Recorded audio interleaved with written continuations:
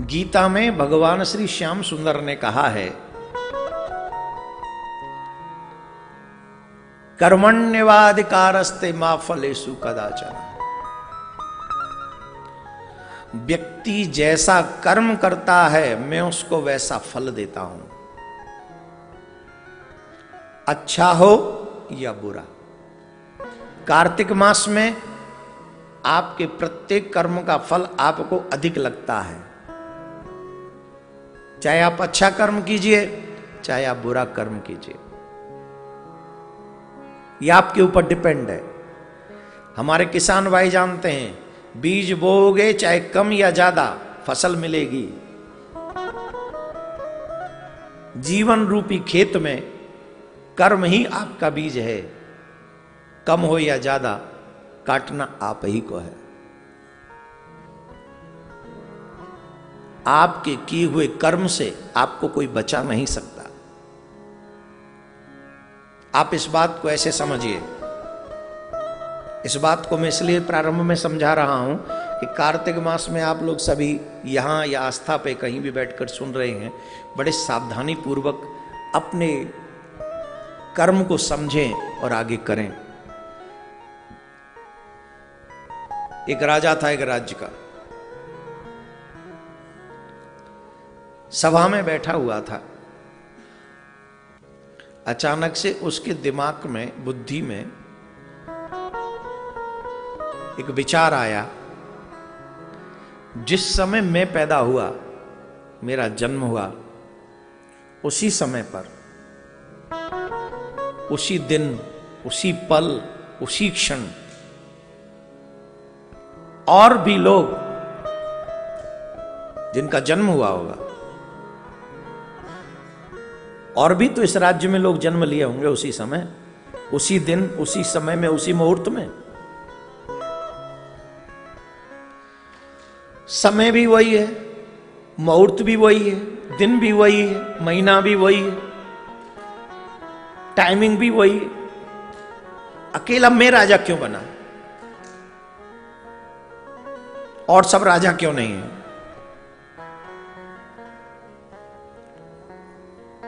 अब संदेह छोटा तो था नहीं, प्रश्न छोटा तो था नहीं। आज उसका सभा में मन नहीं लग रहा था, आज वो परेशान था, आज वो उदास था। राजा अपसेट था, ये प्रश्न उसके मन में घर कर गया था। राजा इस प्रश्न का उत्तर चाहता था, वो जानना चाहता था कि अकेला मैं ही राजा क्यों,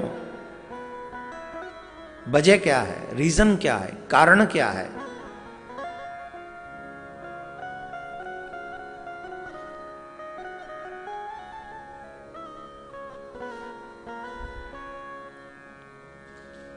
सभा बुलाई, विद्वानों को बुलाया और विद्वानों के सामने एक ही प्रश्न, उसी पल में, जिस पल में मेरा जन्म हुआ है, उसी पल में और लोगों का भी जन्म हुआ होगा, लेकिन राजा अकेला मैं ही क्यों बना। अब बात शास्त्रों की कह दें या वो कह दें, बात अलग है, लेकिन जिस पे राजा बिलीव करे ऐसी बात, ऐसा उदाहरण प्रस्तुत करना है। सब असमर्थ थे, किसी ने भी जवाब नहीं दिया।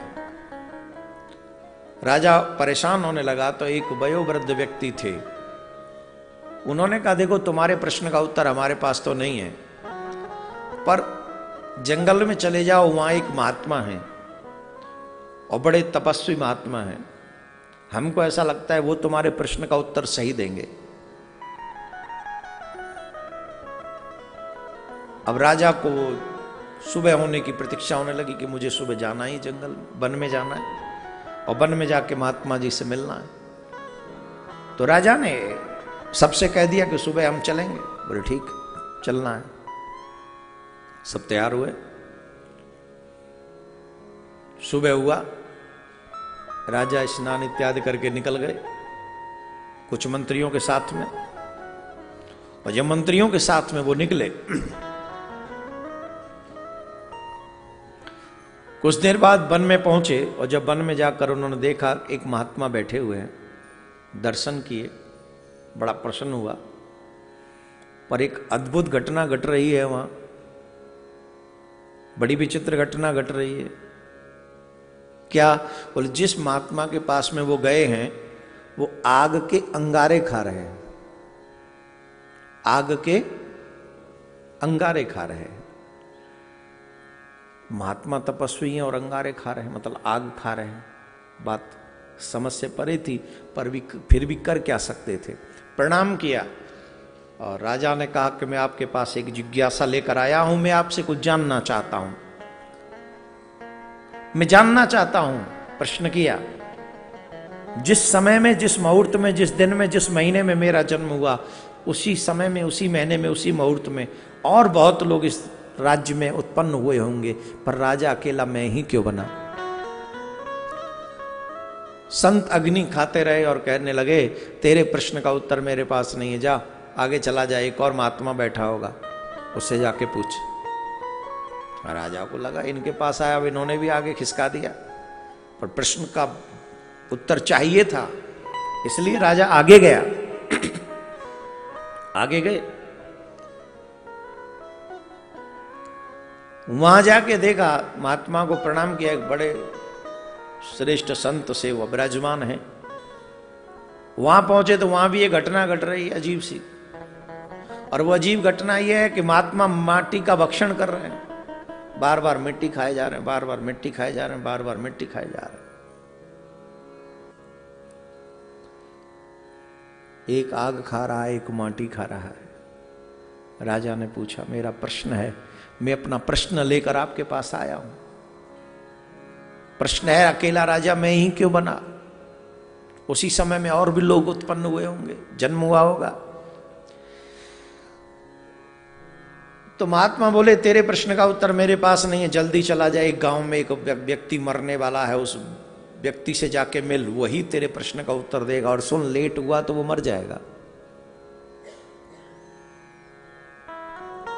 शहर से आए वन में, वन से जाओ गांव में, यात्रा है, करनी पड़ेगी। अब राजा दौड़े, उस व्यक्ति का नाम पूछते पूछते उसके घर तक पहुंचे। वो व्यक्ति चारपाई पे पड़ा हुआ है, मरने की प्रतीक्षा कर रहा है। राजा ने कहा, आपके पास आया हूं कुछ जानने के लिए। अरे बोले, मैं तो मरने वाला हूं, अब क्या जानोगे मुझसे? अरे मुझे महात्मा ने भेजा आपके पास, क्या आप ही के पास है मेरे प्रश्न का उत्तर? बोले, कौन से प्रश्न का? प्रश्न क्या है तुम्हारा? तो बताया, जिस समय में मेरा जन्म हुआ, जिस दिन, जिस महीने, जिस मुहूर्त में, और भी तो लोग जन्म लिए होंगे, पर राजा अकेला मैं ही क्यों बना? बोले, राजा अच्छा हुआ तू समय पे आ गया, नहीं तो मैं मर जाता। सुन, तुझे एक कहानी सुनाता हूं, बड़े ध्यान से सुनना।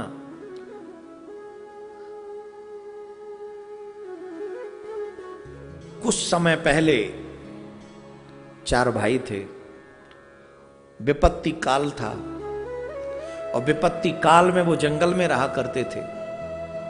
कई दिनों बाद उन्हें भोजन करने को मिला, पर जैसे ही वो भोजन करने बैठे, वहां पर एक बाबा जी आ गए। तो बाबा जी ने कहा कि हमें बड़ी जोर से भूख लग रही है, कुछ भोजन हमें करने को दे दो। तो एक व्यक्ति ने कहा, तुझे अगर दे देंगे तो मैं क्या अंगारे खाऊंगा? मैं क्या आग खाऊंगा? दूसरे के पास गए, भाई भोजन करने को दे दे, भूख लग रही है। दूसरे ने कहा, तुझे दे दूंगा तो मैं क्या मिट्टी खाऊंगा? मुझे भी तो जिंदा रहना है। तीसरे के पास गए, उससे कहा, भैया भोजन दे दे करने को। तीसरे ने कहा, तुझे दे के क्या मैं मर जाऊं, भूखा मर जाऊं? सबसे छोटे के पास में गए, और सबसे छोटे के पास में जब गए महात्मा जी, तो उस व्यक्ति ने, उस छोटे ने अपने भोजन की थाली उसे दे दी, खुद भूखा रहा और महात्मा को पेट भर के भोजन करा दिया। बोले, इस कहानी से मेरे प्रश्न का उत्तर कहां मिला? बोले, इसी कहानी में तेरा उत्तर है। जानता है, वो जो अंगारे खा रहा था ना, ये वही बाबा जी है जिसने कहा था तुझे दे दूंगा, मैं क्या अंगारे खाऊंगा, मैं क्या आग खाऊंगा। जिसने ये कहा था मैं मिट्टी खाऊंगा, वही व्यक्ति मर के बाबा जी बना पर खा मिट्टी रहा है। और जिसने कहा था कि मैं तुझे दे दूंगा तो मैं क्या मरूंगा, वो मैं हूं। मैंने उसे नहीं दिया पर अब मैं मरने के लिए तैयार पड़ा हूं। रही बात वो चौथे की, जिसने अपना भोजन भी दे दिया था, जानता है वो हमारा सबसे छोटा भाई तू है।